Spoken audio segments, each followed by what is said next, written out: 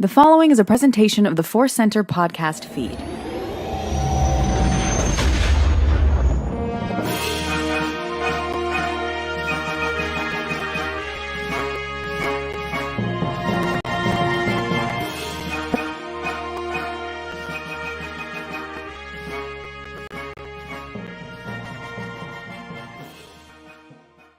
Everybody, welcome to the ForceCenter live show. I'm Cat Knapsack, and I am joined, of course, by Joseph Scrimshaw, and we are live. Joseph's coming straight from Jocasta News headquarters. Joseph, how you doing tonight, buddy? Good. How are you, Ken Knapsack, and your drink and your shirt? I am in a Dex mood, so I'm excited to celebrate Dex. This is a Brian Ward special, and happy to be here, man. And yeah, little our friend Whiskey's back tonight. Yes, cheers. Space cheers. I have to figure out exactly where to place the whiskey so that it is actually visible. Oh, by my mouth. How lucky for me. That is the one. We are here to have a fun light hang through the Star Wars galaxy. A lot of people checking in. David Taylor's here. Oscar Film Forecast. Sebastian Fila. Oh, man, he did such great work with the GPA board game. Hey, hello to you. Josh Bernard is checking in as well. A lot of stuff. We even got some questions in already, Joseph. We got a lot of great questions as we're just scrolling through here. And, I always love when there is a statement mixed in with a question. And one of the earliest things posted before we even went live, shout out to Madison Badger, who simply shouted, R2-D2 is the greatest movie character of all time. That's not a question. That is a statement, and that's wonderful. I don't disagree with that at all, yeah? No, we don't have to address that. That's a statement. There you go. All there is to it. Yeah, well, we're here with our whiskey and with our celebration of the 20th anniversary of Attack of the Clones by our shirt in our background, and we're just going to dive into some questions. So, Ken, do you have your eye on a question you'd like to go to first? First I want to bring up a clarification and reject the clarification. Oscar Film Forecast says, you guys can just call me Oscar if that's easier. Sorry, my channel name isn't my name. I think Oscar Film Forecast is the greatest full name in history, but Oscar, I hear you. Happy to have you here. If it's okay with Oscar, I might go with Oscar F Forecast. It sounds very, very official. I love that. I am trying to get back up to this question here. It's one of those days, too, where I think it's just so hot in the Valley and LA overall. Just all my computer, all my gears, just like, we're gonna sit this one out. We're good. Here it is. I found this question. I was thinking about this when we were getting ready, Joseph. This is a great one from Chris Jovanovic. Jovanovic is not how you say it. Hey, our friend is back. This is a great question. If Peter Cushing had never played Tarkin and he were alive today, which Star Wars character would you place his masterful acting in? So, Time Warp / Dark Sciences, Secrets Only the Sith Knew, Cushing's alive today. Would you cast him in the sequel trilogy? Maybe in the prequel trilogy? New character? What would you do? Oh, yeah. No, I mean, he's already been a masterful Imperial. So I would like to see him be some sort of Sith acolyte or Imperial dignitary type who it appears at first that maybe they are just towing the line, but then literally and thematically stab the actual Sith in the back and take power. I think I would like to see Sith Cushing's rise to power. That is an interesting take. I love that because he's been known, what we know of Cushing. I don't know a ton of him. I just know he collected toy soldiers. And we know he wore the slippers. So I like you're tapping into maybe a softer, more redemptive side of the human Peter Cushing and put in Star Wars. Maybe a Sith who fights their way to power. Like, it would be awesome to see him. I think we go to military because he played Tarkin so well, and go to evil because he can play that so well. But yeah, I mean, for a long time, a lot of his Hammer horror stuff is him playing the goodie, playing the good guy. So it would be fascinating to see him.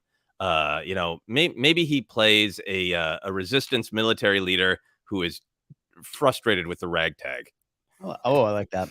I like that. I like the Sith thing you said there too. I think and Alden Diaz said he would make a fascinating client if we didn't have Werner Herzog.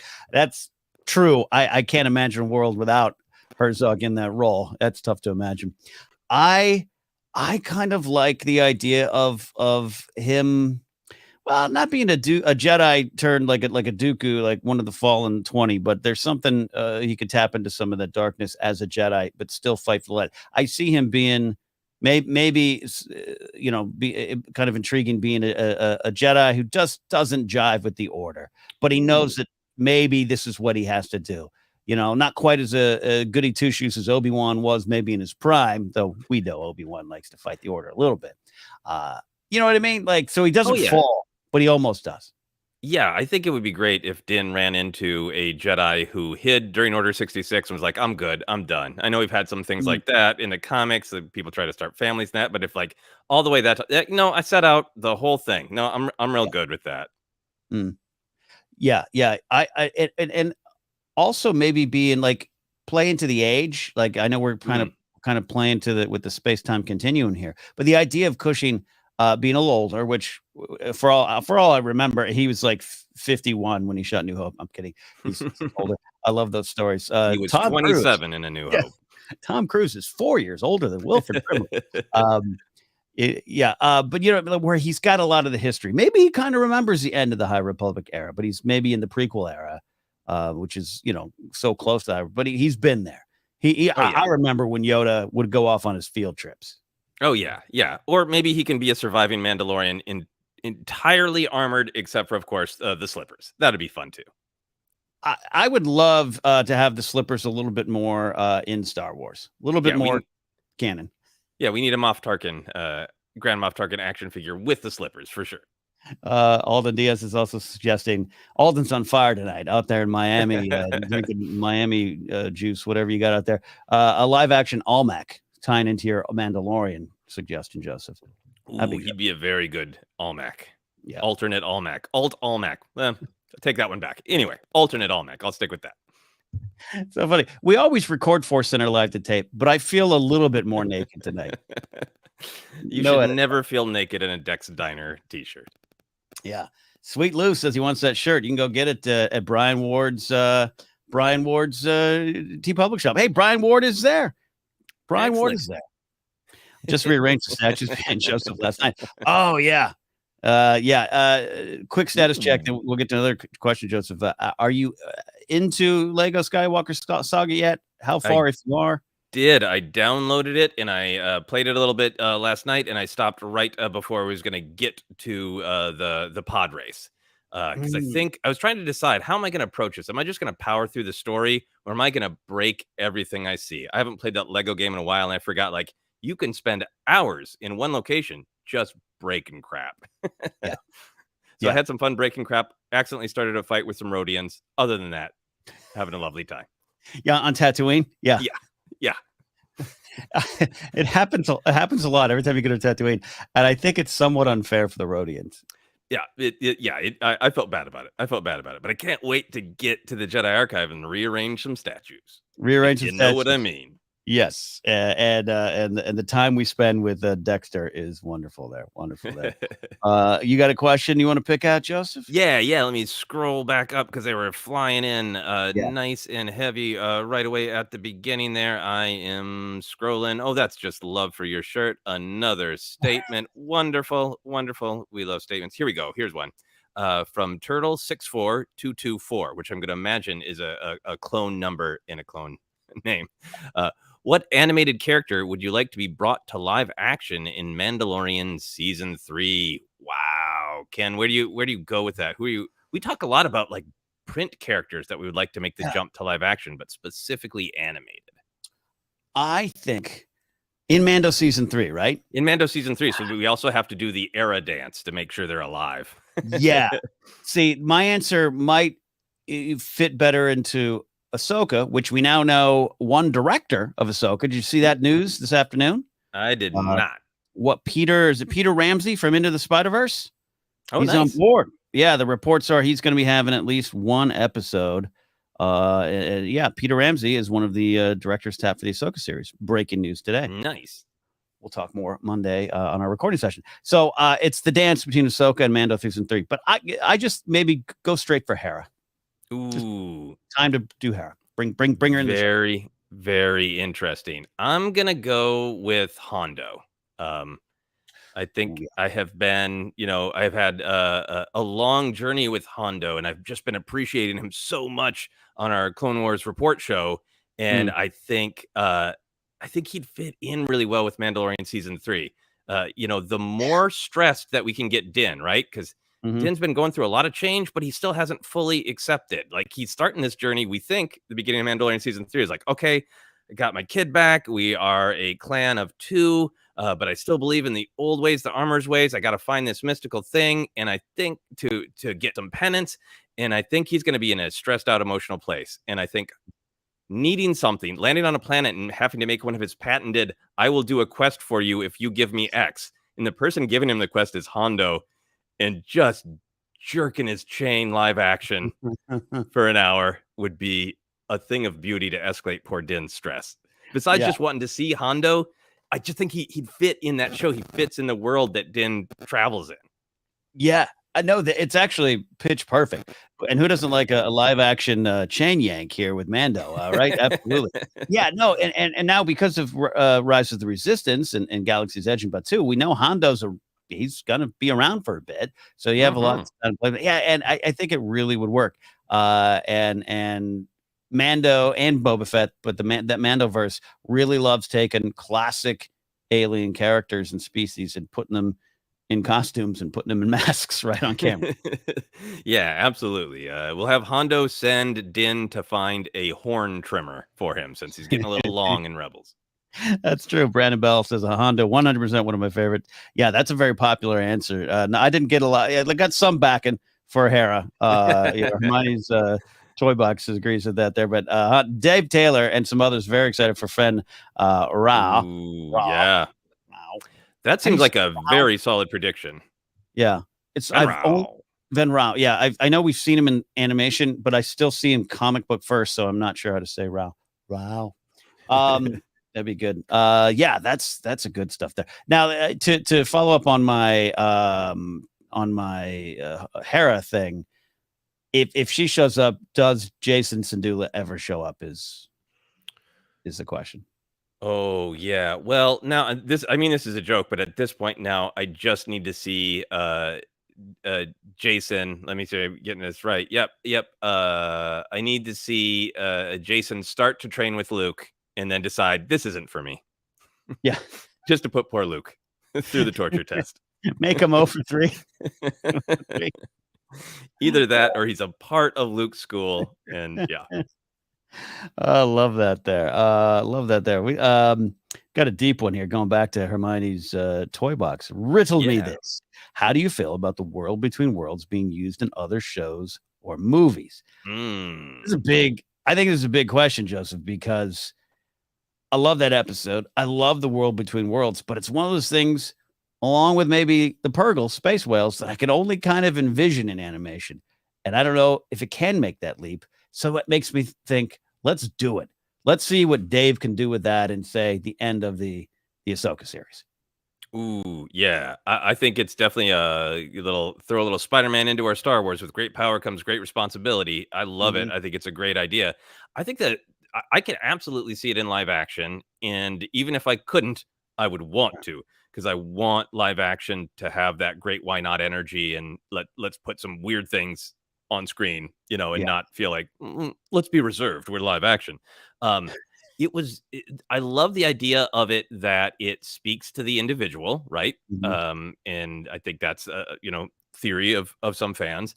So you could get a different experience by seeing exactly how it responds to other people. Maybe it even looks different. Yeah. Obviously it would present some different memories.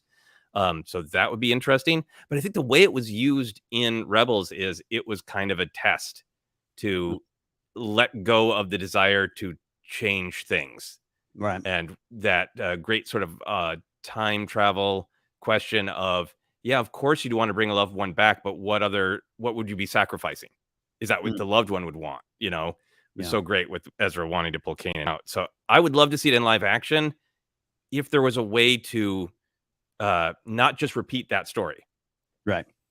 Like if it Right. was in the High Republic and a Darksider actually got in there and messed with it for a while and like actually Yeah. cause some damage. See what happens if it's used the way it should not be. Right. Like Brian Ward suggesting to use it to save Tally Lindra, which is definitely on my list of things to do. Absolutely Yeah. the way it should be used. Yeah. Yeah, no, I think thematically you're so right about what that means. And so, yeah, could you have fun with it? And is it just, it can't just be a stepping stone for, maybe it could be just a stepping stone for Ahsoka to get to the Mortis or anything like that. I don't necessarily think that's where this season's going. Maybe there's more. I know Ahsoka's supposed to be a limited series, but you know what I mean? Like, yeah. So to back up your point there, to use it, see it, how it could look, just look visually, especially in the volume. Oh man. And then just use it a little differently. Yeah. Use it a little differently would be great. I definitely think however long the Ahsoka series is, I think we're going to Mortis live action eventually. Maybe Ahsoka will be 7 seasons long. I don't know. But eventually. It's so hard. Do you think Ahsoka do you want Ahsoka to end up there? Do you have any thoughts in your head about what you want with the Ahsoka character? I personally would love to see her live happily ever after somehow, some way. I think so. I think after years of a part of our relationship being with this character of like, well, how does she survive Order 66? Well, how does she survive the Galactic Civil War? Why isn't she around for the Galactic Civil War? So much of that baggage. I eventually want her story to have a nice resolution. I think for me, I feel like that the fact that she was brought back to life and has that connection through Moray with Mortis, it just it feels right. Yeah. Ahsoka living with peace and purpose is all I want. Together. Yeah, agreed.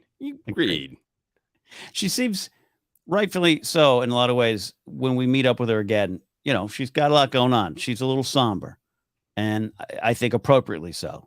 So I just towards the end, I'd like to see a little bit of the snips we first met.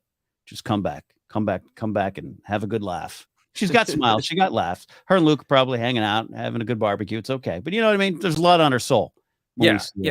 She needs to kick back and relax a little bit for sure.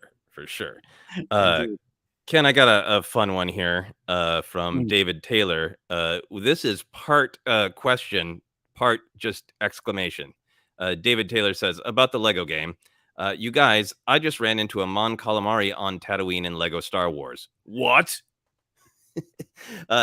Ken, when you encountered some Mon Calamari, did you think like, why are you not fried? Why are you not actually cooked and breaded by being under the twin suns of Tatooine? It made me question everything I thought about Mon Calamari. Yeah, you run into them a lot. And Corson's been real fun for me to wander around in Lego Star Wars. And we're going to talk more about it next week and more in detail on ForceCenter. But you see a lot of the same species. They do so well. But yeah, the ones on Tatooine, they're living a rough life. That's a strong choice for them to make. Yeah, it's what's going on in that Mon Calamari's life. Is this the kind of Mon Calamari where like did something go wrong and they ended up there, or is it that kind of thing which I speak with love as somebody from Minnesota, where Minnesotans often take pride in enduring the winter and then the heat in the summer? Is this like Mon Calamari's like, I can live anywhere and I'm gonna prove it. I gotta prove it. Will McClade adds, as long as they're wearing their sweaters, they'll be okay. Kenneth they get chilly. Kenneth points out a great spot. I mean, there's a corn at Jabba's palace. They're from the same planet. Yeah, that makes sense. But I would. They're both clearly. The Clone Wars taught us a lot of underwater action on the planet there on Mon Cala. So I guess that makes some sense. Mon Calamari seem more wet than corn. I don't know what it is. Maybe it's that big naked head that just looks like. Is there a button where I can put some suntan on this poor Mon Calamari? I had this issue again. We're watching Admiral Trench here in Clone Wars, and again I had this thought of like, it's a spider. What? Why? And then I always go back to the Mon Calamari. I never questioned that for a second, even after my mom and dad pointed out it was named after an appetizer. You just never questioned it. That's beautiful. What other foods do you want to see as characters in Star Wars? Like a green onion, like a bushel of green onions is one character, almost like an Ent in Lord of the Rings. Yeah, I mean, there should be a live action episode that just pushes everybody. Like you go into the world between worlds and you see the onion aliens and just pushing it to the limit. Absolutely love that. Absolutely love that. And no, you got one more for Dave? Well, no. No, go for it. If you have a question, go for it. Well, this one just popped up from our friend Oscar F. Forecast, Esquire. I like this. It took today off as I was sick. What did the Jedi do during their sick days, do you think? I love this stuff because, I think, Joseph, you and I both know that one of the great things the prequels did was really introduce, the Jedi Temple, a Jedi librarian, Jedi Temple guards. They go to Dexter's Diner, Jedi as, beings in this galaxy who have normal needs, normal desires, struggles, and also eventually might get sick. So the first question is, if a Jedi starts to get sick, I'm talking just basic cold, do you think they have the ability to go in and fight it with the Force? Anything is possible through the Force. Absolutely. But I think that they have to be in tune with their bodies, right? I mean, I think my mind goes a couple different places depending on the sickness, right? There's been a lot of great stuff in High Republic where Jedi talk about, being tired from using the Force or being really hungry, and it feels like they have some bodily limits. Like, if they eat some bad space onions, I think that there would be an acceptance, right? Yeah. Here's my answer. I think being sick as a Jedi is an opportunity to be in the moment and accept organic truth. Wow. That's deep. Right? Because that's where you are. If they can use the Force, right, to sort of like, if it's like, I have a cold, but I can push it down with the Force. Or I can accept that this is a natural thing and let it pass through my body. Okay, but see, this is Star Wars discussion at its core, Joseph. We're having a silly discussion, and Star Wars is silly, and then it gets poignant pretty fast. You give it a good lesson here. I even have this discussion with my fiance, my partner, Grace, where some days, and I suffer from this too. I think we humans do. You start feeling sick, and you don't want to acknowledge it. You don't want to deal with it. You don't want to be present in that reality. You want to fight against it. You want to keep on working. Therefore, the situation gets worse. If we all just dropped our knees like Qui Gon and got through the cold, Darth Maul's the cold. That never works well for Qui Gon as an example, but it didn't work out for Qui Gon ultimately, but it was the right thing to do. It wouldn't have worked out for him any better, I think. I think that's a great comment from Ronan. Jedi spa with full size Bacta pool. Bacta probably that is all of it. Is like, you sniff some Bacta for those eras, but now you're. With my idea that a Jedi, if it's just like a little flu, a bug, it's not going to kill you. Instead of being stressed about it and saying, I can't stop, I have to control everything, I have to go on this mission, I'm the only Jedi who can do this mission, I have things to do. Like, that's not the Jedi way, right? To accept, like, to be humble and go, oh, somebody else can handle that. I think that's the right way. And now I am picturing Qui-Gon kneeling in that peaceful pose, and then having a bucket next to him in case he needs to throw up. And just such zen in a bucket. That's how Jedi get sick. I know not everyone here might be a sports fan, but it's like if Qui-Gon comes through or Jedi is sick and it's like everyone talks about the Michael Jordan flu game where, he got through the game. He was throwing up on the sidelines.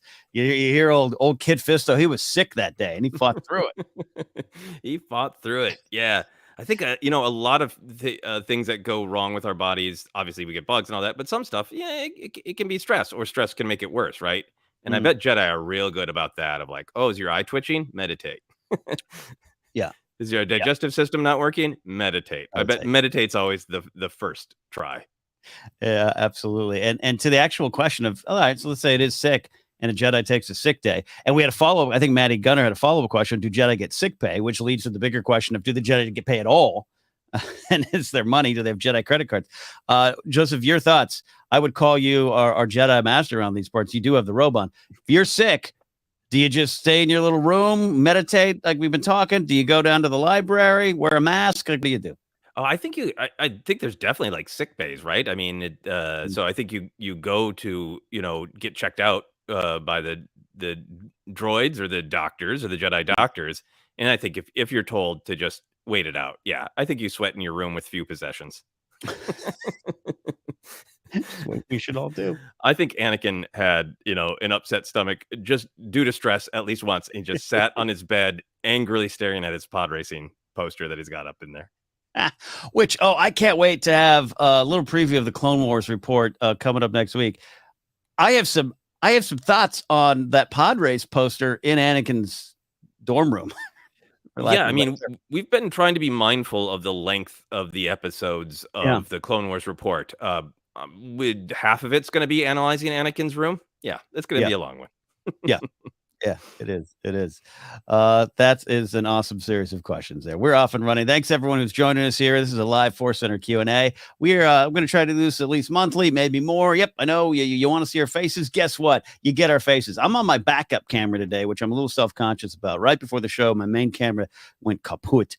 So I'm blessed to have a backup, but I feel distant from you all. I feel far away. It's very good. The angle's great. Yeah, thank you. You gotta protect that chin angle.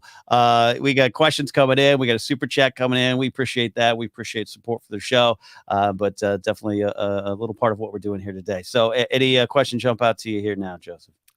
Going all the way back in time, traveling like in the world between worlds to 4:11 p.m. Gaz Nottingham said, "Would you prefer to see Dex in Obi-Wan series or have him pop up much later in the Mandalorian series era and see him talking about Obi-Wan?" Ooh, a very good question. The answer, of course, is a desire to say why not both. But Ken, where do you go with that? So, I would love to see. I'd love to see Ewan get a chance to interact with Dex again with a little different technology, since Ewan's been a little vocal about some of the blue screen issues in the past, right? Mm-hmm. I think you could find a way. It still might be kind of motion capture, performance capture, but I think he might feel a little bit better. So I'd love to see him do that. But I got to tell you, putting Obi-Wan to Coruscant during this, it could be problematic, not in the sense of it upsets the original trilogy, but just like I don't see him going there. So as Dex opened up a franchise on this new planet, but something intriguing about him running, much like Hondo, running into Din, and maybe having a conversation. Maybe screw it. Maybe he runs into Luke. Oh, we have another Luke appearance, and he's like, I got this new friend I made named Dexter, and he's like, let me tell you about Obi-Wan Kenobi. Like that'd be great. I think I just want a Disney Plus show that's called like Wisdom Times, and you just alternate every episode, and it's people going to see Dexter or Maz. Maybe you get another wise character you throw in there. But yeah, I mean, I would love to see Dexter with everybody. It breaks my heart to say aloud, but I think maybe Mandalorian. Right? I think so. Here's the thing. Here are the things. I am on record with how deeply I love the scene with Obi-Wan and Dex. But part of the reason I love it is it opens up the door to like that Obi-Wan has a lot of these relationships. Yeah. So I feel like it might be nice to see if he's got another contact. A name drop would be great of like, he was introduced to this person via Dex, right? So just seeing that he's got more than one friend.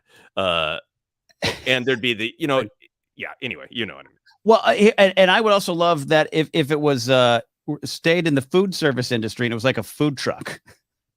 The guy runs not even a food truck, but like a food ship that goes from planet to planet. So unlike you have to follow on Instagram where, hey, that taco truck I love is in Culver City, I got to go there, and that you can follow the ship on. Oh my gosh, it's in Endor. It's on Endor tonight. Oh my gosh, the ship it's on Pisana. Like I would love if Obi-Wan to run to that. If you did just the Dexter series, we could see his diner, which looks a little like a spaceship, just take off from Coruscant. Like that, the moment we cut from Palpatine's speech announcing the Empire, and just Dex hitting the button, and the whole diner just takes off and blasts off into space. Like, nope, not doing this. There's also just something real powerful about a little bit older Dex in The Mandalorian, and also just being a great person for Din to encounter because. As we all know, Din doesn't know Star Wars, so it would be great to have him run into somebody like Dexter who knows a lot. Yeah, Din does not know Star Wars. Maybe he can be the one you're like, let me tell you about the armorer. Let me tell you. I used to serve the armorer breakfast. Oh, yeah. All about it. Great stuff. We got some super chats coming in. We're going to get to those. Absolutely. Excellent. But, a lot of times I see these questions come in. I want to address them. This one is for both of us here from Rednecks42. Don't panic is that profile picture. Look at this. A Q for Ken and Joseph. If Douglas Adams was still with us, what Disney Plus show would he write featuring what characters? Some of his bureaucracy-based humor has crept into Star Wars before. So yes, absolutely. Shout out to the great Douglas Adams. Yeah. God, gone now 20 plus years. Crazy to think. Yeah, we've brought up Hitchhikers here before. I think a lot of people are influenced, and I think fair to say our generation, Joseph, there's always a touch of Hitchhikers in some of the comedy a lot of people like us do. I have a thought. I think we kind of mentioned this. I don't want to step on it too much if we talked about it a little bit in the Star Wars Ranked coming out Sunday. But I would love to see a show about the Imperial middle management in the data pits of all the Star Destroyers by Douglas Adams. Talk about bureaucracy there. Yeah, in the data pits. That would be great. Yeah.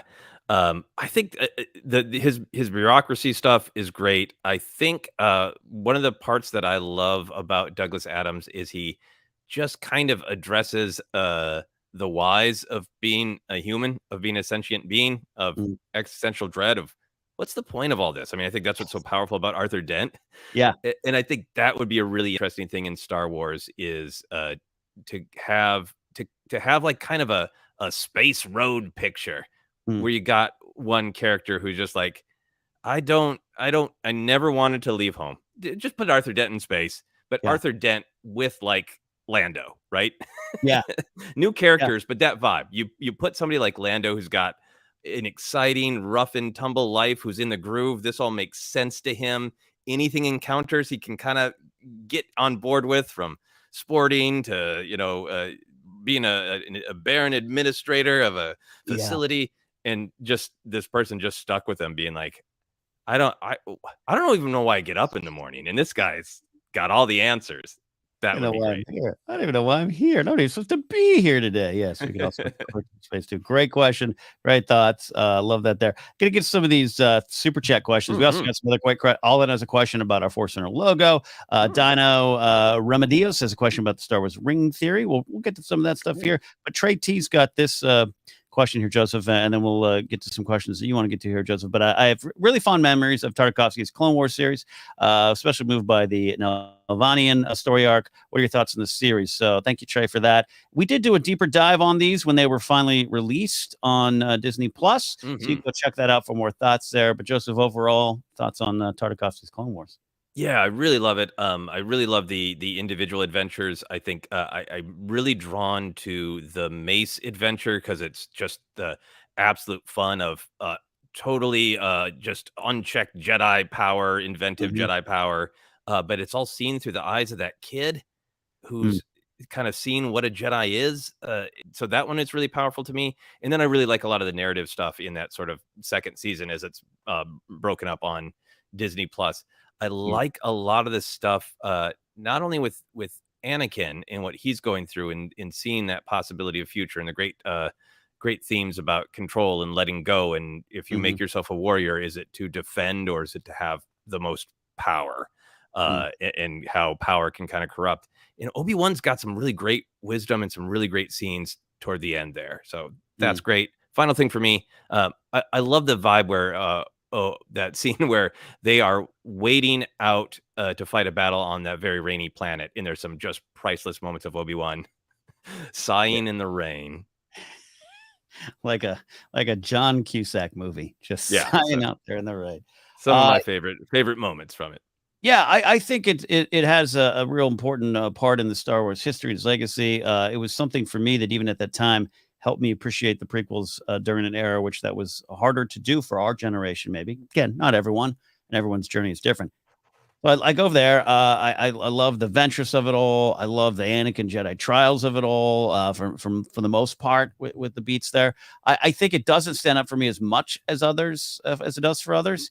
In our rewatch, it just it was of its time in a lot of ways, which is some of the stories it told, but not bad at all. And you can't hold something too much to the flames for being of its time, I think. But overall, I love the passion people still have for it. You know what I mean? We're big on not taking one love of one thing and playing against the other. So both series exist in our minds and hearts, and I think that's okay. I definitely prefer the series that came later, but and that's not just because of what's the bounty hunter I hate, Dirge. Yeah, Dirge. I got French with it. Dirge. Yes. Though on our episode, you as often you help me appreciate him a lot more than I used to. Yeah, good stuff. There we go. All right, sir, you got one you want to get to? Yeah, let's see. Do you want to do another super chat, or you want to do Sure. Yeah, but you got the robe on, man. You let the force guide you.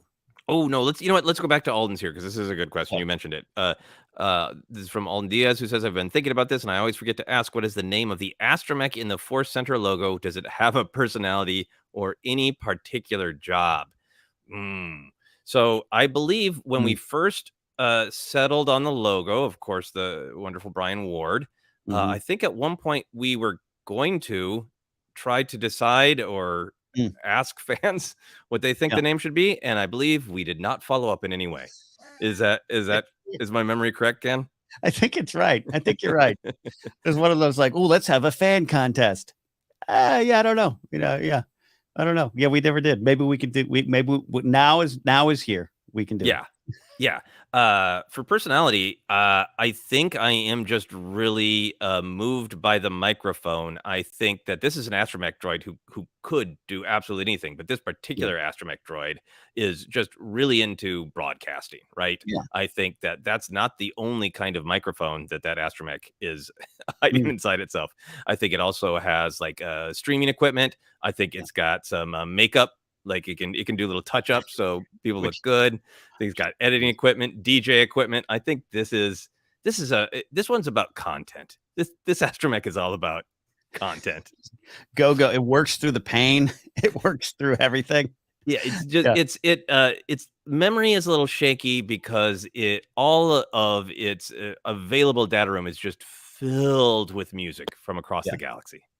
Yes. Yeah, it's got its own playlist of music ready to go at any time. Yeah, I think maybe even it's got one of those like old 1950s 45 machines too, like whatever is the Star Wars version of that.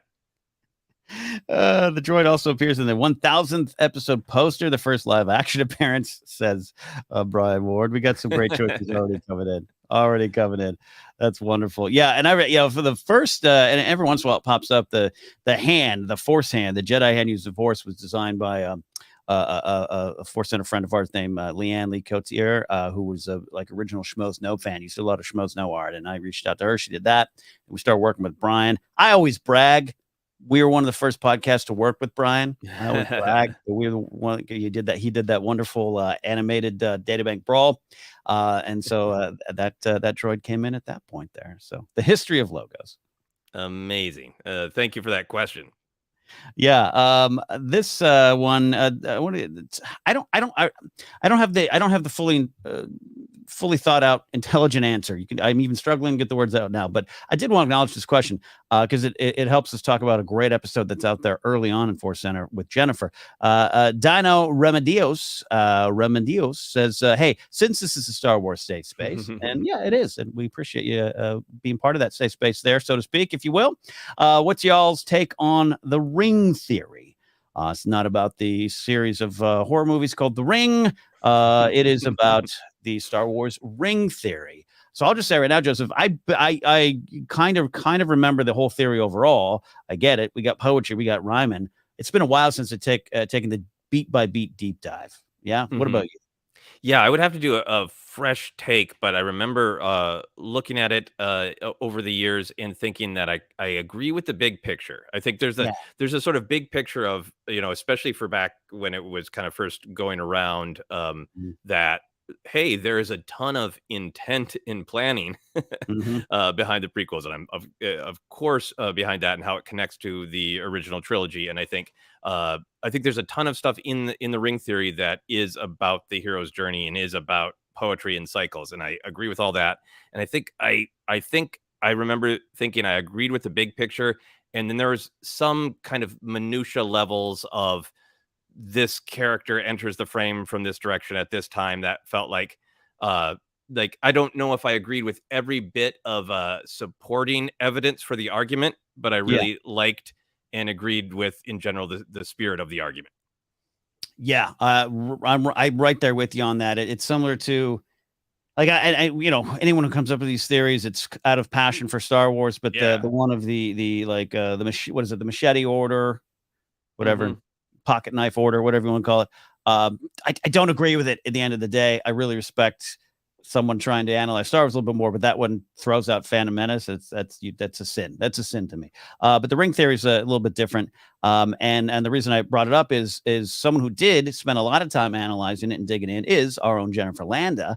And one of her first episodes, we're going back to like 2016, is her Jedi Beat episode on the ring theory.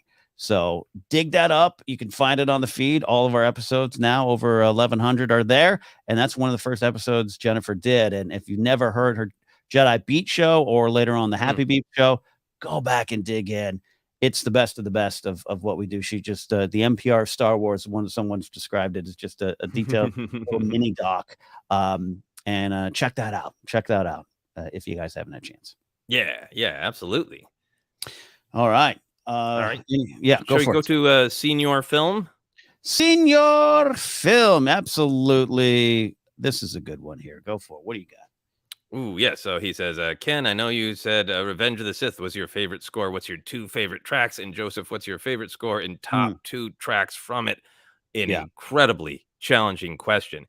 Ken, do you have favorite tracks and know them from Revenge of the Sith? Know them by name? I do. I'm bringing up the phone to make sure I get the names right. Now, the first one is I talk about it, I write about it, I talk about it too much, but I'm never going to stop talking about it, and that is the Padme's Ruminations. 3 minutes and 17 seconds. There's the information. Padme's Ruminations is just, it's one of my favorite scenes. And for me, and we always say this, I say it, I know your journey with the prequels is slightly different or slightly ahead of mine. You found the love earlier. But even during a time where I just was like not sure what I was seeing and not sure what I loved, I just was blown away by that scene. And a scene with no dialogue, tears, and the story was told in the music. And it was some of the most different work from Williams. And this is a guy who, even by 2005, he could have just churned out the same old. I thought he took some big risks with Revenge of the Sith, and that was the first that jumps out. And then the second one, gosh, it might be you're looking at Anakin versus Obi-Wan, but it's also very hard for me to not highlight the opening track. The opening crawl, which is what is it? Is it just the Revenge of the Sith main theme? I'm trying to make sure I get the title right. It's also the Battle of the Heroes. But the one, I talk about the drums and in the Lego, I played that today over a quick lunch break. I played the Revenge of the Sith Lego level, and just to experience that even in Lego form got me those nerd chills that we love. So it's hard for me not to answer those two. Yeah. I mean, it's really hard for me because I more jump around to different tracks. Obviously, Duel of the Fates is way up there, so that's tempting. I really, really love the solo score, and I think I have that one, and I listen to it to write because it is great writing music. I love Chicken in a Pot, of course. It's my favorite there. Vat Weirdo singing away. Lulilo Primarch, real name. But I think if I had to pick like a desert island score, I think I'd probably go with Empire Strikes Back. And it would break my heart to leave Ruminations and Duel of the Fates. But I think as I grew up with that, I think part of it for me with Empire Strikes Back is the Imperial March is so strong and so powerful, and there's so many great different emotional tones in the music of Star Wars. But the Imperial March is really like, that's the dark side. That's rigidity. That's like, you can hear that march and just think like, people think that they're making the right choices, but there's also something in the music that's also telling you like, no, there's nothing flowing or organic or beautiful. It's just angry stomping, but also it's music, incredibly beautiful and thrilling and fun. So Imperial March is way up there. The City in the Clouds, just I think it's probably the other track from Empire Strikes Back of just the sort of awe and excitement of this different bizarre, interesting place is captured in that music so well. Yeah, and not for nothing, Yoda's theme's pretty good. It slaps. Yoda's theme slaps. Of course, if I had to just rescue one thing, it would absolutely be the Binary Sunsets. But well, yeah. And the thing about the Imperial March, it's so good and so classic and so everywhere. I think it's easy to move past it on a list, and I get that. But I always say sometimes the answer is the answer, and that's just one of the best Star Wars tracks for a reason. It is. It's one of those answers that feels like, what's your favorite thing? Air. Well, like, okay, yeah, but aside from air. Madison Badger has this question here. Hello from Wisconsin. Hello indeed. How's the cheese? How's the Brewers? How easy do you think it is to resize the astromech port in an X-Wing? Could R2 jump out, then BB-8 jumps in, followed by ID-10? Ooh. I kind of like the image of that there. Just boop, boop, boop, boop, boop. Yeah. I mean, one of the gifts of The Last Jedi to know that there's a lot going on in those droid ports, right? Yeah. Oh, yeah. Yeah, I mean, it's certainly from what we saw in Mandalorian, Pelimoto could make it work, right? Could fit it to any droid. I think that's like a custom. I think any great mechanic like Peli could make it work for any droid. I think to make it automatically shift, that's a high-end ship, right? You're going to you're going to a dealer, you're going to a manufacturer and buying the deluxe Arc 170, right? Yes. I mean, that's a military ship that's probably, but like, so more for Corellia, right? Of like, this is a great ship, right? But let's talk about the droid ports. Are they customizable? Of course. Yeah. You know what it is? I think it's similar to a drink, like a cup holder in a car. I think if you just slide some stuff in and out, just yank it in and out. But I think it takes someone like Peli to think it's an aftermarket edition. Yeah, absolutely. Would you astromech droids like R2 or BB-8 we're used to seeing. I wouldn't mind seeing like a smaller droid like ID-10 or BD-1 popping in. Yeah. Oh yeah. Let's get a little small droid in there. Why not? Yeah, absolutely. Somebody needs to reprogram a buzz droid to be happy. Yeah, absolutely. Thanks for that question. Good stuff. Thank you, Madison. Yeah. So we'll go now to the Positive Force podcast, right? Yeah. Positive Force podcast, a wonderful title. It says, hey, fellas, a question about books, audibles. When I read, I like to listen along as well. I am able to close my eyes and see the scenes. Do you ever listen along? Mark T and other voice actors are fantastic. Yeah, the voice actors are great. Ken, you have especially as a DJ, you have a fascinating relationship with listening. It's not good. With all due respect to anyone who's done the voice Star Wars audiobooks and anyone who enjoys them, I can't do them. I just can't do them. It's a problem. And famously, I mentioned it, but I'll say it here. If you go back to our review of Dooku Jedi Lost, there's a part in the episode where Joseph says something during our review in which a Jedi apparently had a child. And in the review, you hear me just go, what? And it was a pretty big plot point. I tried. The After one I enjoyed. We haven't checked out the Lorna D one. We have the script version, which I'm going to read. It's just I can't put them on at home. I will drift away. This is why I don't meditate. I'll lift weights because I could do that action while not needing to concentrate on the action. It's not, I don't have an attention deficit disorder. No problems if I did, it's a thing, but like, I just drift away. And so by the time I would press play, go, we're going to hear about Dooku. When 2 minutes in, I'm like, oh, so I think Sprouts has that bread I like. And I'm just gone. Yeah, I think for me, I have not done this, but that sounds not only enjoyable, it sounds like great sort of peaceful meditation to really just get into it, to be able to see it with your mind. And I've never even thought of sitting down with like the actual physical book and kind of read along. That would be really fascinating. I think I'd really love that. I think that might help me actually focus and even help me appreciate the performance choices anymore, because I'm kind of seeing it on the page maybe half a second before, and you have that absolute half a second to kind of think about how are they going to tackle this line? What do I think of the emotional intent of this line is, and then appreciate what the actor does with it. So this sounds absolutely great. Here's the challenge that I have. Some of what you have, Ken, of just I think because of just the way I have rewired my brain with the various things I want to do in life and the social medias we all have, that sometimes I get nervous when I'm doing one thing that I'm dropping the ball on something else. Right. So there's that kind of energy. But I've been listening to a couple more Doctor Who audios. Big Finish, if anybody's a Doctor Who fan, Big Finish has been going for over 20 years. Endless amounts of great adventures. The problem I've been running into there is they're too good and they fire my imagination, and it makes me think of a different, like, creative idea. And then I'm like 30 seconds later, like, I have no idea. Because it was successfully shot my mind off into, and I don't know why the audio does that. Maybe it's because you can really picture it, you can see it, you can feel it in a different way that it gets my mind spinning. So short answer, haven't done that, would very much like to. Yeah, I am downright jealous, and jealousy is a path to chaos, as the Clone Wars is teaching us this week. I'm jealous of those people that can't. Even music, because I take my walks. I go for my long walks. I'll listen to music, but even then during the music, and it's not even that I can focus on, oh, here's the stand-up bit I want to write. It is all over the place. So I'll work on that, but you all keep enjoying the audio. And we all have assignments.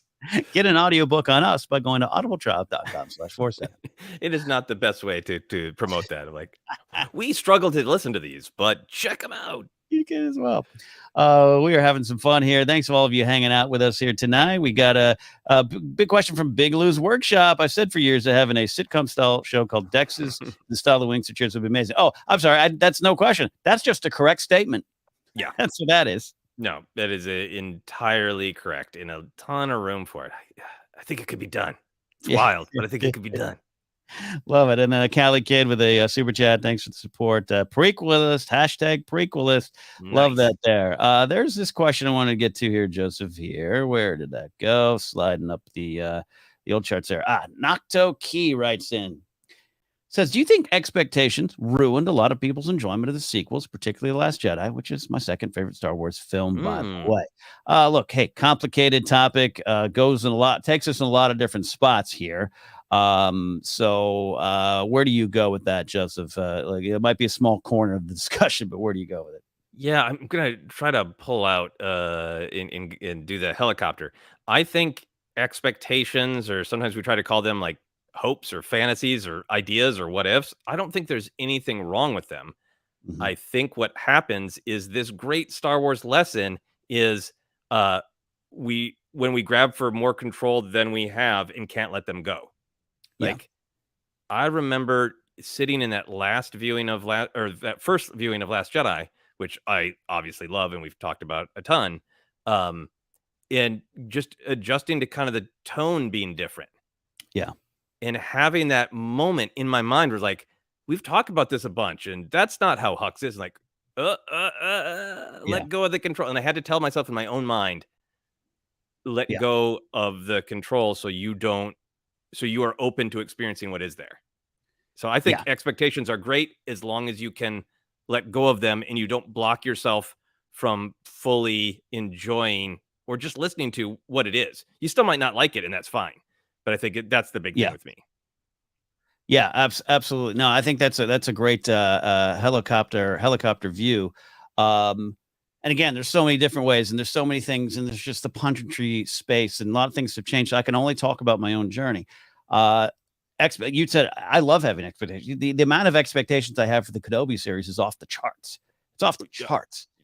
I've written it in my mind, and I have to let that go. Yeah.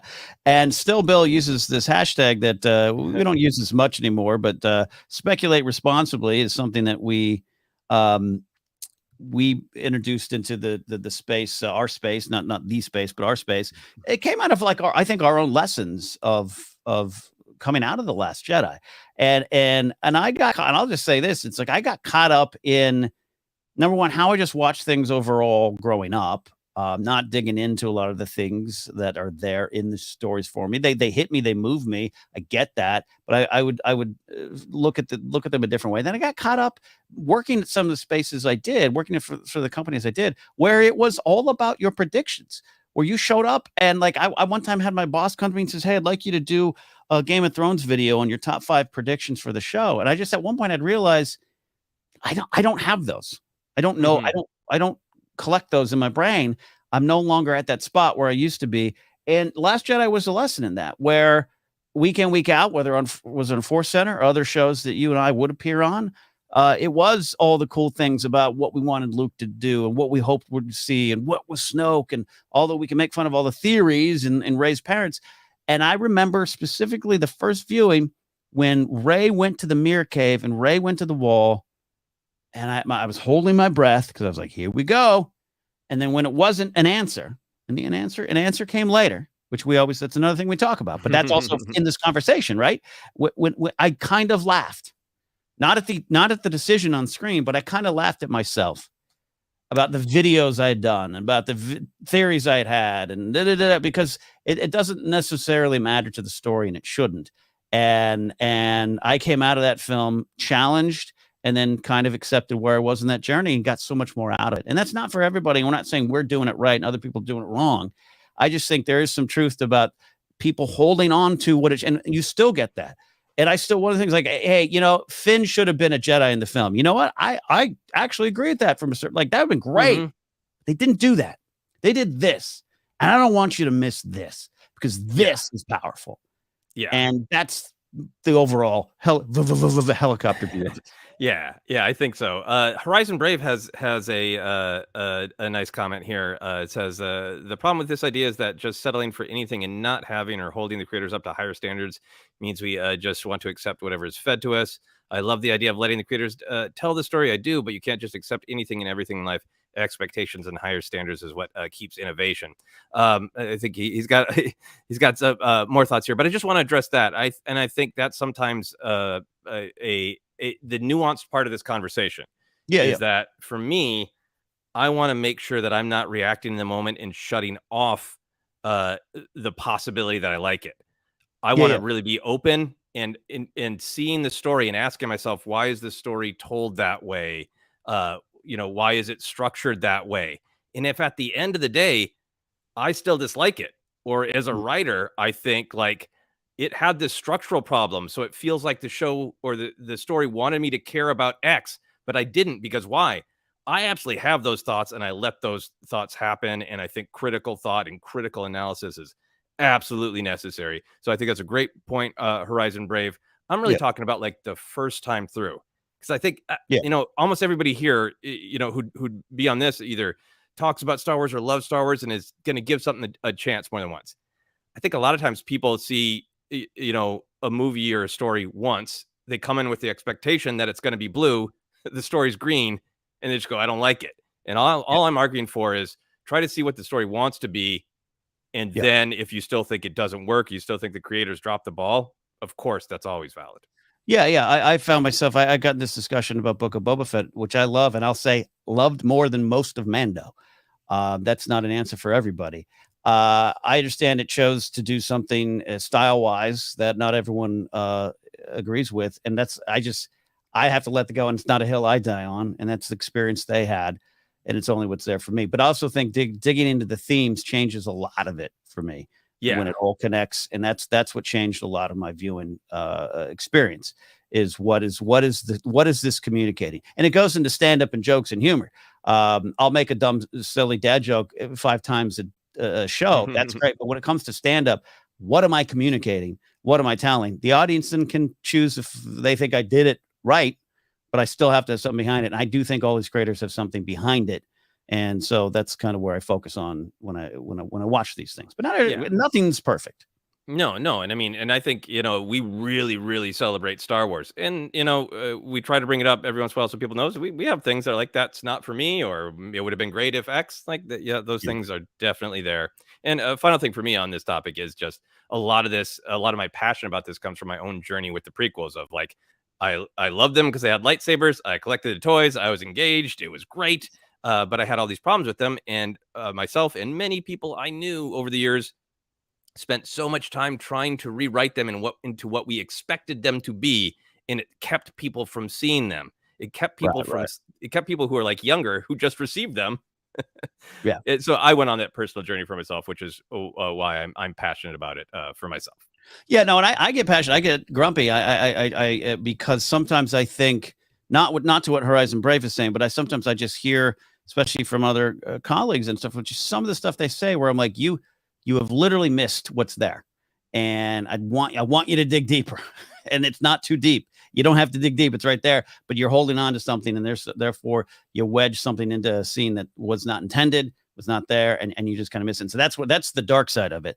And I try not to go that way, right? Try not to go down that hallway with my saber extended, cutting the rebels. I try to go down a different way. Yeah. And at the end of the day, if something doesn't work for somebody, boy, do I love the fact that we are all humans with tastes. Yeah. And we can, absolutely say this wasn't for me, or I don't think it worked on a structural level or anything. We can always make our own opinions at the end of the day. Yeah, great stuff there. Great stuff. Great stuff. Great stuff. Everyone checking in. We're having fun here. We're here for a little bit more here. No worries. Mike Fink is here. Hey, Mike. Mike usually, the chat is so engaged today, and I love it. Mike usually calls into my other shows, Joseph, as he's passing Skywalker Ranch on his way home from work. He usually just holds the camera out and see the stuff there. Great stuff. And Gregory Liebert, thank you for the super chats. His request, Lego Adventure Story of the Week. It'd be fun. Yeah, where are you at? How much farther have you progressed, Ken? I am, and thanks for the follow-up super chat, Positive Force podcast. I just started episode 3 today, and the stories move so quick, and I don't know what I think about that. I think I enjoy it because I kind of just want to get to the open world free play, because I do want to kind of complete the story and open all that up. But then I have this weird, and it's a weird, again, talk about a Star Wars fans and our expectations and canon. This is not a canon game. This is Lego. And there's a couple things they've done where they move the story forward really fast. And I'm like, well, wait a minute.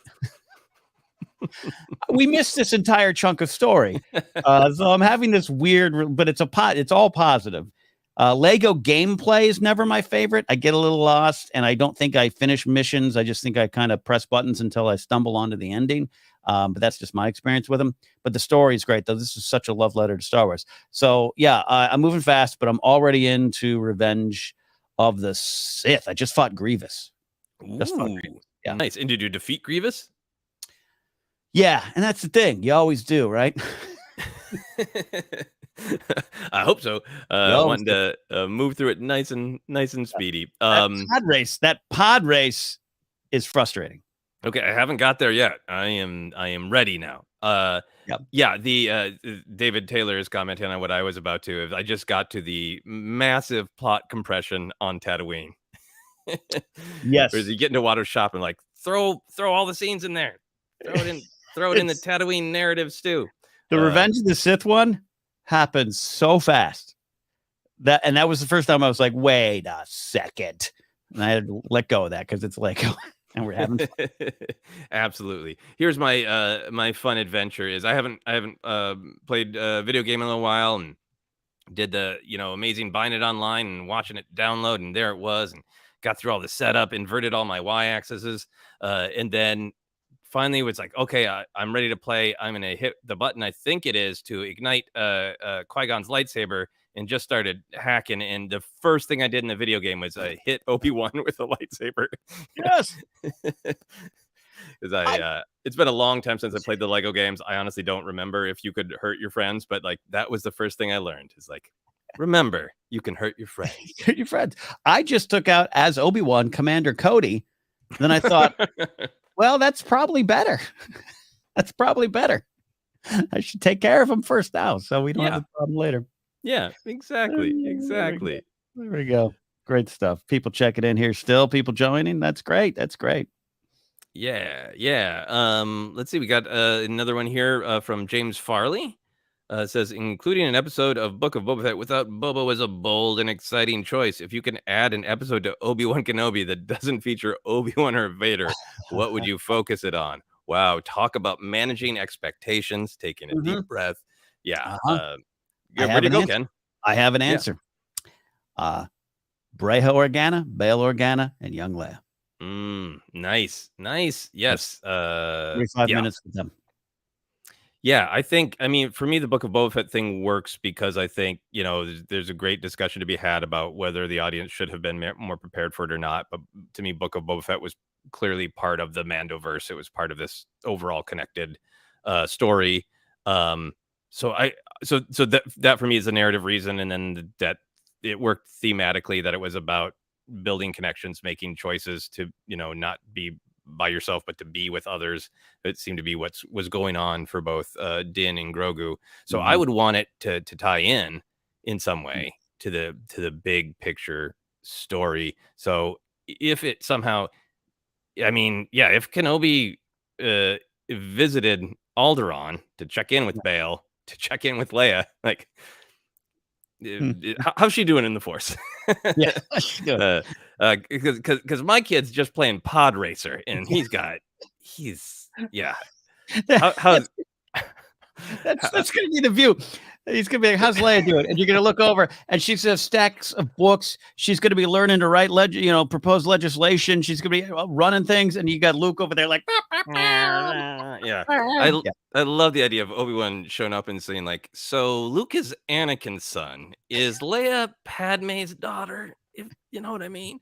Um, yeah. But I could see that. I don't think it's gonna happen. I do think that there is a possibility of a chunk of episodes, of a chunk of time being devoted to the new Inquisitor, to Reva Mhm, or Reva. Don't know how to pronounce it yet, because I think they're really setting mhm. her up to have a character arc, and not just be an Inquisitor who is a tough, cool obstacle to Obi-Wan Kenobi, but to be a character in her own right who goes through some sort of change. Yeah. And JC kind of backs up a little bit there. Say I see them doing a Vader centric episode or Inquisitorious episode. Yeah, I, absolutely. I like that a lot. Yeah, no, I like. Yeah, I mean, this is a great question. Have some fun, but that's also the thing too. Is I think we both come down on the side of we like you said we got that it was definitely a curveball thrown at us, but those episodes really thematically tie with the overall picture of Book of Boba Fett. So you could do that here, but selfishly, I'd like to spend as much time with Kenobi as possible. And I saw someone say in chat there, throw in Kitster, have him and Kitster have a nice dinner, hanging out together. Yeah, look, I think it's going to be a very exciting show. I think the first episode's maybe going to be a little table setting, which is, I think, maybe good that they're doing the first two Yeah. episodes. But I think it's going to be an exciting show. I would have been happy with just, the diners, dives, and drive-ins of Tatooine with Obi-Wan Kenobi. Would have been great by me. And we're keeping Daryl Cooper up. We apologize. Thinking of who else will show. Hair R2 with the Organas or Organas is Madison. That's a great suggestion. Yeah, Brian Ward The said best character in Star Wars. Rednecks. Uncle Owen and Emperor centric episode would work. Again, selfishly, I want to spend as much time with Eunice Kenobi as possible, but I really love all these ideas because I just want to get all these characters' stories during this time period. Give me 14, give me an old style network sitcom 22 episode order so I can spend time with everyone here. Yes, absolutely. Love that there. Sorry, do you have? I'm looking for. I thought I had one, and it's scrolling. I'm scrolling and scrolling and scrolling. We got two similar ones here, so let's grab this one from Big Lou's workshop because it is up here. Somebody else asked a similar thing.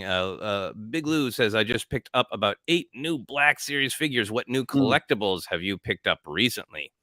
Ken, are you collectible-ing right now? I am on probation from collecting. That's from me.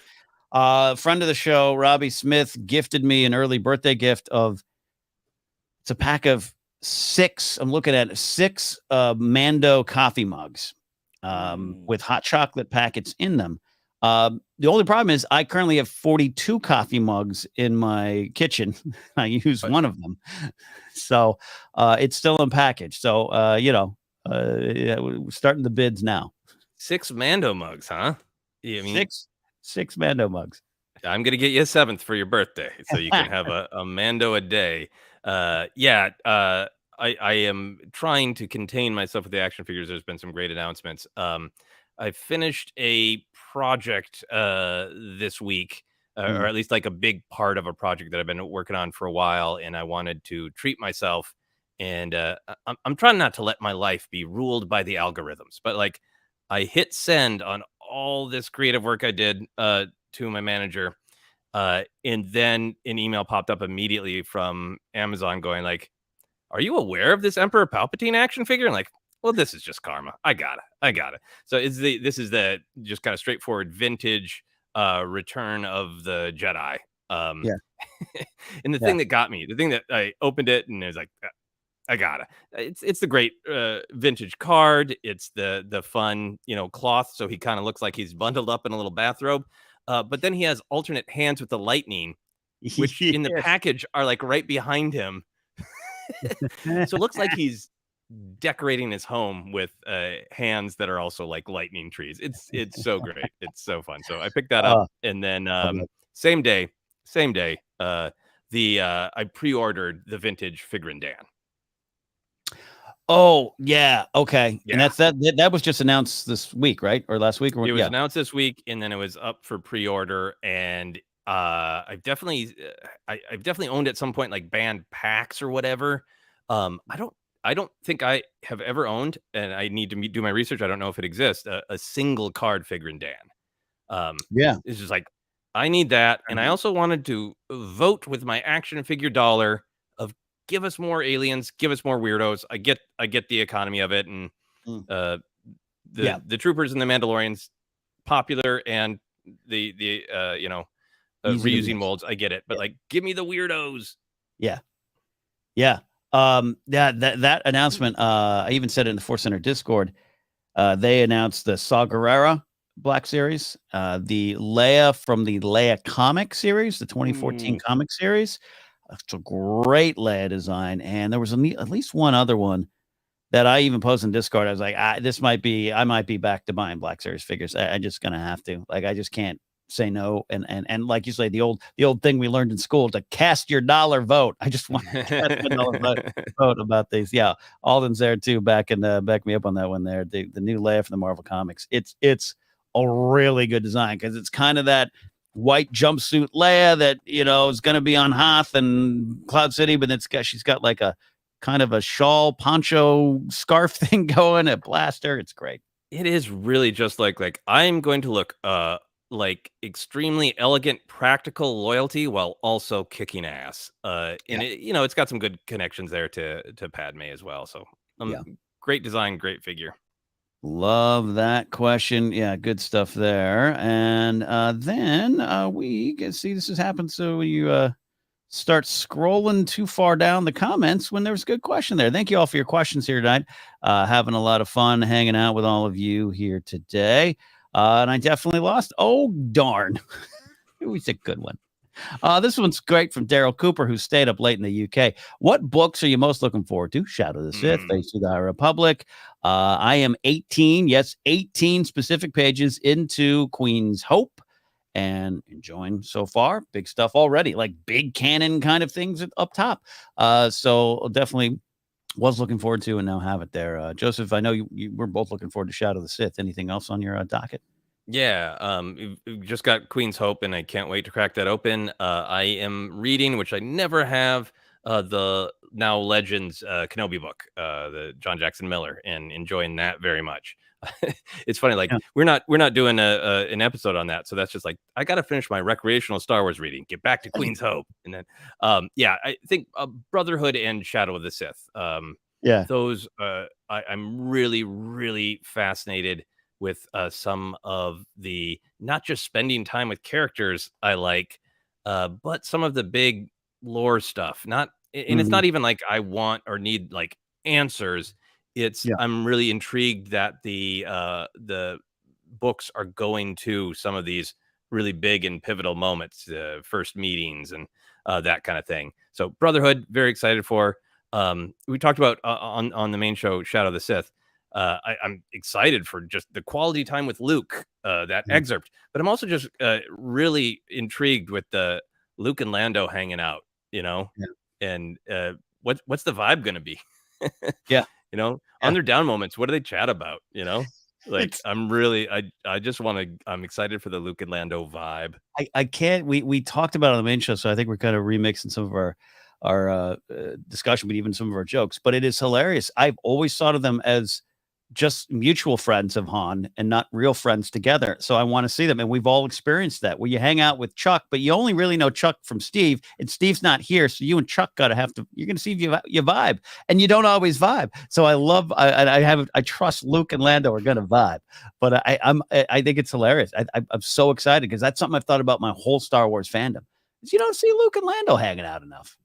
No, and I mean we get some great stuff in that solo book that came out. Daniel Jose Older, Last Shot, that came out. So that's great. Yeah, I mean, and it's I know there's a lot of stuff in EU, but this is new Legends where Luke's like, "Hey, great everybody, Return of the Jedi happened. I'm sure that's what they call it in universe." And he's like, "I got some Force stuff to do." So like, I don't know if he's been in touch with Lando, right? Like, has it been a while? Yeah. And does Lando have any feelings about that? Yeah, that's gonna be great. I can't wait. Yeah, I want to know. I'm gonna have to get the Reader's Digest summary for you on the Kenobi novel. I've always wanted to take a dive into that, but it's time. I'm experiencing something weird where I'm slowly been working my way through this book on the 1912 presidential election. So it's deep politics, very well written, but thick chapters where you go through a lot. And I'm reading that along with Queen's Hope, which is already getting into politics. So it's like I'm reading about Eugene Debs, the socialist candidate for 4 straight elections, and Padme, and I'm confusing the narratives. And it's interesting. Yeah, no, that would be a hard one to read while we're talking about a lot of the very political episodes of Clone Wars. Yeah. Love that. Yeah. Was Poe just a friend of Finn, and Rey had to deal with him, and Poe deal with Rey? Yeah. Kind of the same energy. Like they're all friends, they're all close, they're all connected, but even that argument in the beginning kind of has that energy of you're difficult, man. And I'm friends with Finn. I don't know why. I'm not going to hang out with you. I love the visual language of that. We've talked about it a bunch, that I think it's a part of Finn's character and his journey, that he's the one who's fully committed now and brings them together. But how many times he's literally physically like, we're going to hold hands. I'm going to be the center of the hug. That as they're deciding what's next, he's definitely the one of like, we're having a group dinner party. Yeah. Finn only has so much time. I can't be like hanging out with you. Group dinner party. Group dinner party. Get to know. It's look, sometimes you meet someone else and you start a long-running Star Wars podcast with them. I met Joseph because I was friends with Matt Key, Granny Mahar. They're on panel with him, and Audrey Cards is a mutual friend, and there it goes. It works out. And other times I've had awkward lunches. I remember one particular one. Great guy, very successful now. We sat across. He had a bowl of soup. I had a club sandwich. We said 5 words, and we never tried again. So those are a lot of sounds. A lot of sounds. About 15 more minutes here or so in the show. But if you guys got questions and super chats, we'll go here. Though I'm out of whiskey and almost out of water, so it's a dangerous combination. Yeah. Yep, getting low. Any question jump out to you, sir? Well, a statement from Madison Badger, nice super chat, to make sure that it is heard, it is seen, and of course should be celebrated. Madison Badger says everyone should read "Why We Love Star Wars" by Ken. There it is. Yeah, read it with a wonderful forward by this man, Joseph Scripshaw. And then you get a bonus if you discover the factual error on Star Destroyer names that slipped through my mind and 3 editors. And then in an upcoming Star Wars Ranked episode, I was reminded about how easily I confuse Star Destroyers and where that comes from. Hard. It's something it's got a mean name. It's a Star Destroyer. It's got a mean name, right? You'll never know. Going through a year of writing a book, editorial process, your book gets in your hands, you crack it open, and the first thing you see is a factual error that you cannot change. Never know pain like that. Awesome stuff. Thank you, Madison. Thank you, sir. We've got, let's see here. Oh, I love this one's Joseph. We've danced around this a little bit. Cali Kid says, do you think a de-aged deepfake Han would work in an appearance or movie or one of the Star Wars Disney Plus shows? Let's take the reality of maybe Harrison says no, which he might say. Nowadays, I could think he'd say yes. I don't know. Who knows? Especially if he's on set. It's more realistic a possibility than ever before. And so I've been trying to think of what I've had a couple thoughts about this off air. Just like, I think I kind of want to see it, and I love Alden Ehrenreich as Solo, But if it's just in a moment, just passing, I think I'd be open to it more than I would have a year ago. Yeah, I think for me, if it was passing, I think I'd be fine with it. If you wanted to do a joke because he's in the background or he has one line or whatever, Yeah. I think I'd be okay with it. Yeah, I don't know. I think for me, it's there is a weirdness in Alden Ehrenreich being there. Yeah. um, and the technology on Luke has gotten so much better. Mhm. I think there's also a part of the technology, the deep fake technology is working for me with Luke because he is meant in this period in his life to be very calm Right. and very still. Yeah. And so I guess Yeah. um I'd be fine with young de-aged Han if he was drunk. I guess that's what I'm saying. Half asleep. Yeah. I'm kind of joking, but I think that is the thing that I get past is especially that Book of Boba Fett episode really worked for me. That I think the technology was better, but even the voice, which I know doesn't work for a lot of people, and I Yeah. understand, Yeah. it's just Understand. so even and specific, and so you can get it. You don't see as much of it because there isn't as much movement. Yeah. And Han, saying, "Come on, hey, it's me," it Yeah. being so alive, I think you might feel it more for a long scene. Yeah, no, I think you're 100% right. And even like I think at the end of the day, I think it was a success in Rise of Skywalker for Leia. It was tough, and it doesn't work for everyone, and they were limited, and you see them working around the limitations. But I'm blessed as a fan to have that ending. I think to at least get that ending as opposed to something off screen. We had talked about a recasting, possibly working on that, but I think at the end of the day, that technical achievement worked for me. I've always been more positive on the Tarkin one than others in Rogue One. But yeah, I think you're right. It would be tough. And then it would be weird if let's say Alden shows up as Solo in the same series where there's like a computer Luke, then there's just be this weird imbalance. Play up the fact that they haven't hung out in a while. Like, you've changed, man. Like, that's a joke. I don't actually want that. But yeah. There's a good question here from Doom Boogie, which is a great name. Doom Boogie says, finally got to catch John Williams at the bowl. I would imagine that's the Hollywood Bowl Doom Boogie means, since that's where John Williams appears often. His 90th celebration is this year. Any memories from previous shows? Ken, I know you've had the opportunity to see John Williams. Yes, I have seen Williams once. Very fortunate at the Hollywood Bowl. And it's fun. And I've side note, I've seen Ramin Djawadi perform Game of Thrones twice now. And if you're just a Game of Thrones, oh my God, he's a rock star. He's an effing rock star. But so's John Williams. And what my experience was, it's not just a Star Wars show. You know that, and the performance I saw, he opened with Hook. Like he went there. Superman was played. I'm a big Indiana Jones fan. He didn't touch Indiana Jones at all when I was there. And it was very Force Awakens heavy. And I'm such a longtime Star Wars fan. Star Wars is in my heart. It's in my soul. I'm moved by it, but sometimes it still catches you off guard. And it was during one of the performances, and he did the big speech on Rey and why Rey and Daisy Ridley was why he came. I don't want anyone to write music for her again other than me, right, is what he said. That's gone around. And then a highlight package comes up that I think years later discovered that our pal and friend of the show for the movie guys, Adam Witt, that's one of his jobs. He edits the packages at Hollywood Bowl. And this package of Star Wars comes up, and it was not just Force Awakens. And I started bawling.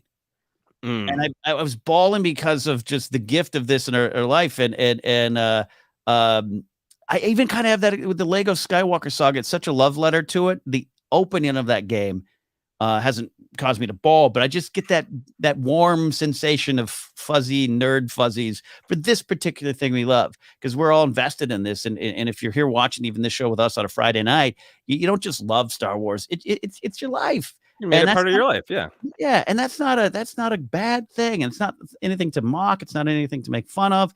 Anyone getting emotional, and that includes some of the passions. If you take out some of the negative reasons that people, sexist, racist, any of those kind of reasons. If you take all that stuff out of it, if you're so passionate for Star Wars and you feel upset, I get it. I get it because I'm moved too. And in the Hollywood Bowl moment, I was moved in a way I wasn't expecting, just because seeing Williams, seeing it live, and just knowing that this has been in my life since before I can remember. And I was just so happy to be there for that journey. So I also had like 3 whiskeys, but also been in your life for a long. No, I mean, that's the power of music, right? Yeah, and seeing it live and being with other people who are that powerfully affected. The lightsabers come out and that's all cool and that all adds to it. But I was and you feel the force is there. It's moving through us all. I mean, I think that was it. I was definitely impacted by the music. Like, I made a real big choice to see it because I felt like, well, he's getting up there, and even the show I saw was like, so he only came out for like the second half. The first half was sort of music, was conducted by other people, and then it was like he was the big finish. So like I skipped a convention because it was always Labor Day weekend, and it's like, I'm gonna take a break from going to this convention, and one of the reasons is I want to see John Williams at the Hollywood Bowl before he stops doing these concerts. And it was it was really fascinating. Steven Spielberg hosted a part of it, and it was kind of a walk through his career and his life, and it celebrated how much he was responsible for helping the divide between orchestra music is this high art, and then some Tin Pan Alley people tinker for the movies, and he's not the one and only thing, but such a huge bridging that gap of that battle we often have with Star Wars of some people from different kind of worlds or pockets of art thinking this element is less than. And it was so that story being told moved me about like suddenly movies aren't meh.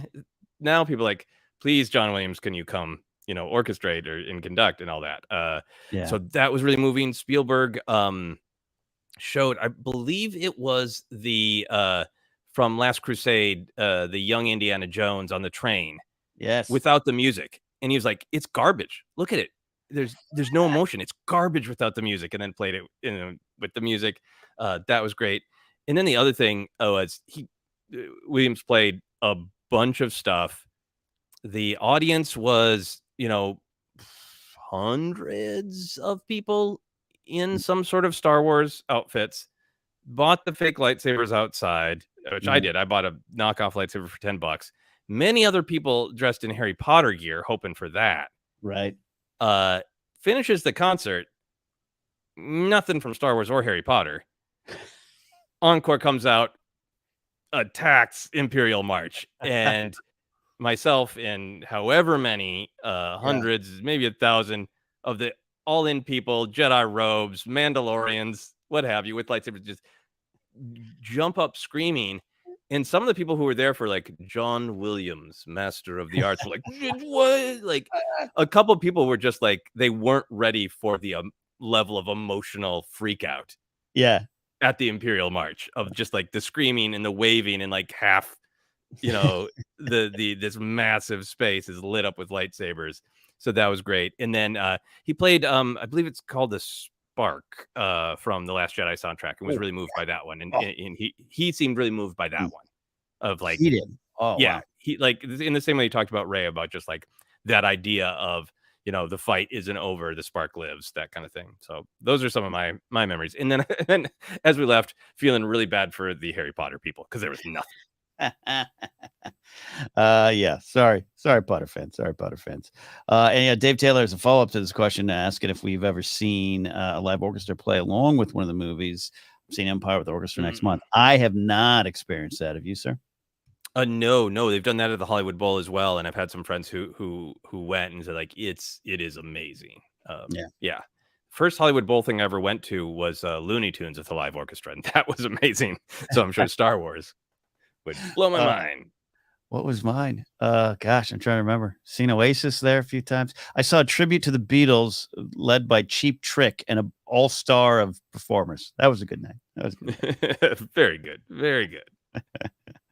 Good stuff there. A couple more questions here, and then we'll pack up our things and get on down the road here. Tree Shaker's got this one here, Joseph. I don't know if you saw this. Hey, ForceCenter team, we just finished Black Spire by Delilah Dawson. Delilah S. Dawson. I fell in love with Batu. Wish I could have seen it in the movies too. What's your favorite part of the book or park? And who knows? Maybe we'll see it in a book or a show. Without getting too deep in the review, a lot of stuff with Archex and Vimerati's a great character. A lot of that stuff. I think my favorite scene still might be the tour that Vimerati gets of the park.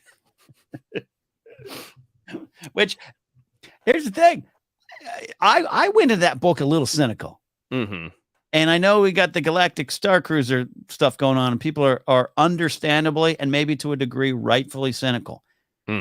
That's why we say just open up your heart to it. You never know.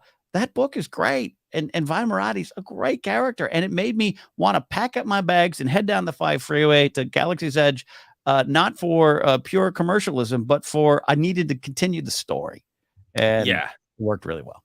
Yeah, I think it continues Vi's story really well. I think it continues Archex, as he wants to call himself. I think that picture of that time period of like, look, we need kind of here's the marching orders from Leia. It's a desperate time. Get us something going there. And I think there's just a lot with the obviously. In the park, they want to have fun with both the First Order and the Resistance are presence, and they're kind of vying for the heart and soul of Black Spire.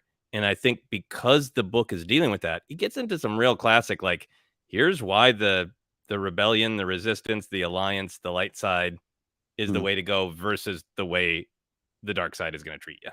Yeah, it really dives into just some like classic stuff. So I love that. For me, the park experience, I love just being. I've only been there once. I love just being there and being immersed. But the Savvy's workshop and building a lightsaber and how well constructed that is my favorite part.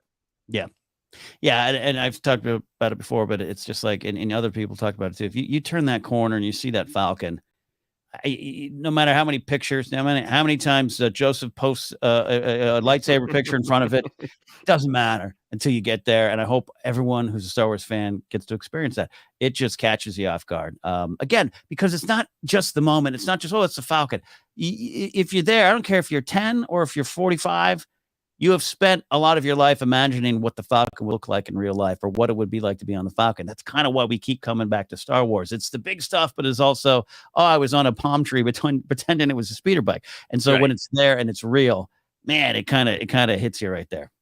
Yeah, it is super, super powerful. And it's also now just kind of a great tradition for those who can go, who are lucky enough to go to see friends Millennium Falcon picture, right? Yeah. It's like, those are the two photos you can really reliably see. Is like you can often see prom photos or Falcon photos. Falcon photos. Oh, I love it. All right, a couple more questions. You got one on your mind there? Well, I wanted to shout out this comment because it is close to my heart. The Cali Kid saying the Imperial March is John Williams' Welcome to the Jungle. He's a longtime fan of Guns N' Roses, and I in high school, in college I had a band, but in high school we got our band to play at homecoming, and I played the drums for Welcome to the Jungle and studied the hell out of that song. It's close to my heart. Brian Ward needs to get to Galaxy's Edge. Well, Brian, you'll be out, it'll be a little packed, but you'll be out for a little something called Star Wars Celebration. And a lot of people are asking us about Celebration thoughts there too. But any other question on your mind too? I am falling victim to the scrolling wars where I think there were some way up at the top, but I'm not finding them.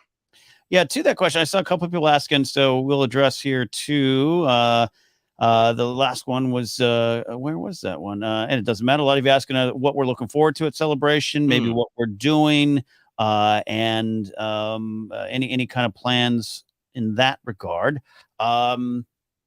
We don't have anything on the podcast stage. We don't have anything panel wise yet. That's been a weird process to apply because we may have submitted a panel 2 years ago and we can't remember because 2 years ago. So we might be guests on other people's shows, but we will be there covering as press and could be going to some of those big panels and all that stuff. But no real concrete plans other than we are there and we will be on the floor and we will be having fun. Yep, definitely some action figure hunting on the floor, saying hello to fellow Star Wars fans, all that kind of thing. Yeah, and then it's just a really interesting time because there's so much to announce on the television side, or just give more details. So I'm excited for that. Uh, and then the great mystery of if anything is going to be announced for the movie side. I think if I'm thinking about it from announcements, I think the rumored animated series that I don't want to say it in case other people haven't seen, but there's been a rumor slash Yeah. maybe leak. Anyway, I think that one's close, and I think that might be a big exciting announcement. Yeah, and just getting some clarity maybe on the film slate, but at this point, when clarity is even such a press word or anything, I'm just excited this time around. For me personally, I have not less to do professionally, but in the past, I was always more than half the reason I was there was to work for Collider and to cover that stuff. And so you run around, you're making sure you're getting to things, and you have to, and have to. But it's like it's fun, but it's hectic. And I think Force Center, we're blessed this time. We'll be working for ourselves, and that's going to mean more floor beers in our hands and more figures in our bags. And some recording in the hotel room for sure for Ooh. Kenobi. Yeah, and don't y'all worry. We'll be there covering Kenobi. We might have a special kind of shortened version and then our deeper dives a couple days later, but we will absolutely be there. And we'll probably be at most, it will be me and Joseph watching in a hotel room, but most likely even by ourselves. Yeah, what an adventure it will be. Yeah, Cali Kid, we love you watching these Force Center live streams there, so appreciate that. Well, on that note, Joseph, do you feel we could freshen up and head on down the road, huh? I think it is time. I think it is time. Thank you all so much for all these great questions and comments and thoughts. Boy, doing this live stream is such a good reminder of not only the great community that chooses to make Force Center a part of your general Star Warsing, but it's just so much fun to go from everything from the fun joking around to talking about the deeper things of what is meaningful to us. Why does Star Wars matter? What are the big ideas behind it? How we approach it? All those things. It's so much fun and so gratifying to be able to talk that whole spectrum of Star Wars with people. So thank you all so much. Ken, where can people find you and your other adventures? Yeah, hey, if you want to follow me, you can go to Ken Knapsack on social media. I've told myself that I'm getting back into the mindset that I'll be posting more because I'd stopped for like 2-3 years. It was just a billboard, but I might be getting out there again. So follow me if you want to see dog photos and breakfast diner photos, but also go to kenknapsack.com for information on like comedy shows. If you want to buy Why We Love Star Wars, there's links there, but got some big comedy shows, hopefully announcing some soon, but definitely a big one. Cool one. Talk about music. I'm going to be performing at Doug Weston's Troubadour in West Hollywood. Big show with Ron Sickler's headline. That's June 4th. If you're local, get tickets. It's going to be a fun event. So you go to my website there if you'd like. Excellent. Yeah. And for myself, you can find me on social media, Twitter, Instagram, TikTok is at Joseph Scrimshaw. I'm continuing having fun to do some little videos about my action figures that I'm not currently opening. A lot of great Star Wars ones, but also those Marvel retros. Very, very, very attractive to me. Ooh, they're good. And Ronan, thank you for that super chat. Hope you have a wonderful weekend, Ronan, and the Force is with you for sure. We really appreciate that. Yeah, that is really great. Thank you for popping that up, Ken. Yeah, so and then everything else is on my website, my other podcast, Obsessed. My wife, Sarah, and I just did an episode of my other podcast, Obsessed, about Indiana Jones. So if you're interested, check that out. And I should hopefully have some announcements about some live stuff soon as well. All of that is on my website at josephscrimshaw.com. For Force Center, I think most of you know where to find us. Acast is the main location for the podcast. And of course, if you want to find anything else, you can find links by going to at Force Center Pod on Twitter. That is it. Thank you all very much. May the Force be with you, and good night.